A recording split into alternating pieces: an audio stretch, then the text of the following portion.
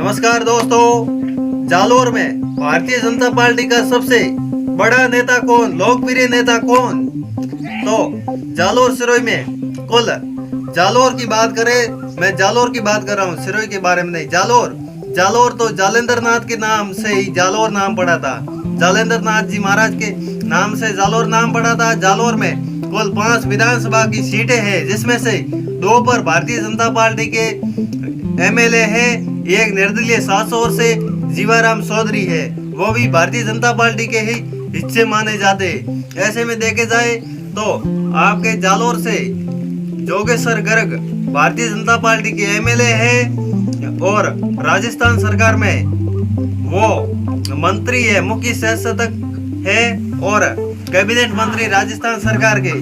और उनके सामने कांग्रेस के जो कि रमीला मेघवाल चुनाव हारी थी, इसके साथ ही रामलाल मेघवाल निर्दलीय, पवनी मेघवाल निर्दलीय। और देखा जाए तो जालोर से जोगेश्वर गर्ग भारतीय जनता पार्टी के जीते, वर्तमान में राजस्थान सरकार के कैबिनेट मंत्री है।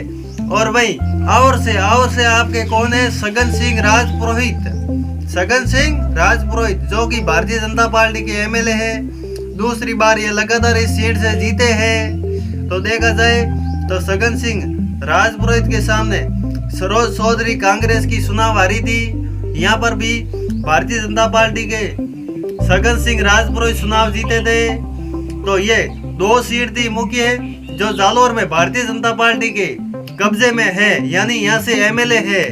और वहीं तीसरी बात की जाए तो तीसरी यहाँ से आपके कौन सी है? तीसरी आपके यहाँ से सासोर से जीवाराम चौधरी भारतीय जनता पार्टी के ही हिस्से के माने जाते हैं। उनके सामने भारतीय जनता पार्टी के देवजी पटेल, कांग्रेस के सुखराम बिश्नोई चुनाव हारे थे। जीवाराम चौधरी निर्दलीय चुनाव जीते थे। लेकिन वर्तमान में देखा जाए तो उनकी भारतीय जनता पार्टी के साथ तालमेल बैठा हुआ है।